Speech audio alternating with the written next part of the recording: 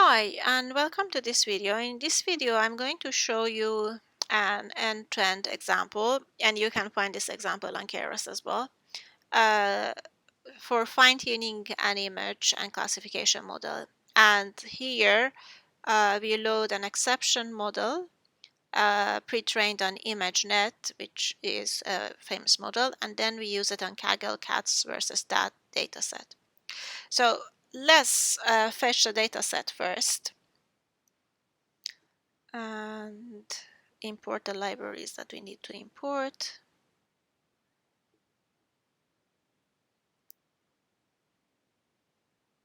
Okay, it will take a few moments until I load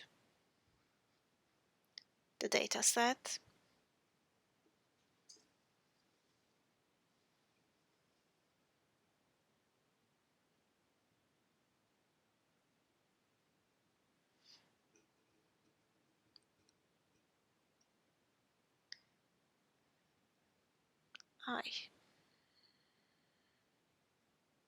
Okay, now the number of training sample, and I also, what I did here was kind of divided the data set. You should remember that transfer learning is most useful when we have a small data set, and to keep it small, I'm using to use 40% of the original training dataset for training, 10% for validation, and 10% for testing. And this is what you are seeing here. The number of training examples about 9,000, and both validation and tests about 2,000. And these are the first 9 images of the training dataset. And we can also say that the label for dogs are 1 and the label for cats are 0. And what you see here is also that our original data has different sizes. What we need to do is to change the training, the size of the data, so they have a fixed image size, and we pick here 150 by 150, and then normalize the values between pixel values between -1 and 1, and that is going to be done with a normalization layer in the model actually. So let's take care of the size. Okay, and let's batch the data and use caching and prefetching to optimize the loading speed. Here we go, and now we get to the next part. What I want to do here is to do a bit of data augmentation. We do that when we don't have a large data set, as I already said it in the video lecture on the advanced practices, and we can see how they look basically. We basically played a bit with the data set. Now let's build a model that follows the step we already said before for transfer learning. First of all, we add a normalization layer to scale the values. Here you can see the normalization layer. To scale the values that are initially between the range of 0 and 255 to -1 and 1. And then we add a dropout layer before the classification layer for the regularization. You remember these are all the things that we said already before.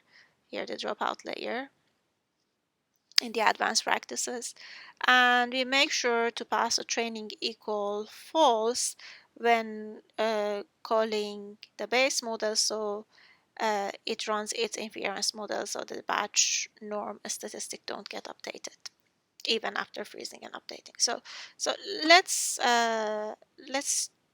run this thing.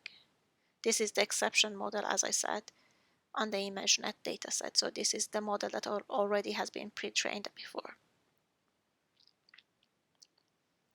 Okay, and we are going to train the top layer only.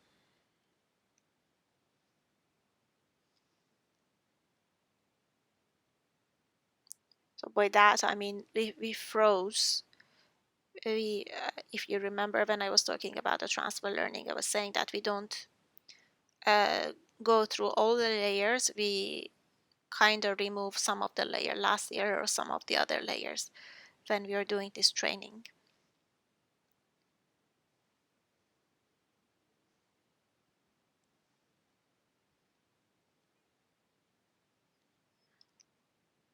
And that's going to take a bit of time. So I pause here and I get back to you when the training is done. Okay, so it is almost ending, and soon we can get to the next one. And the final step in transfer learning is basically unfreezing the layers that we have already frozen before, and remember that we have this training equal false, so it is not going to touch the values that are already been trained, so it's only going to train the new hyperparameters. And let's do this only for 10 epochs. This is our new architecture here, so we added the layers that we were already missing before, and it is going to do it for 10 times. And we will see soon that it's going to get a nice improvement on the training. But I will be back again when this is done. Okay, the training is almost done, and as you see we have reached a pretty good accuracy here.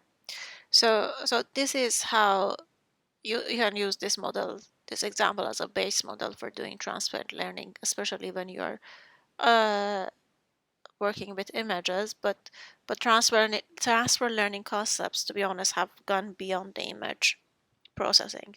Of course, this is the primary field of application, but it is being used in the other fields as well. So if you're interested, you could do a bit of research online and see what other examples you can find outside uh, the applications where we're dealing with images. So that was for today, and I wish you good luck and see you next week. Bye.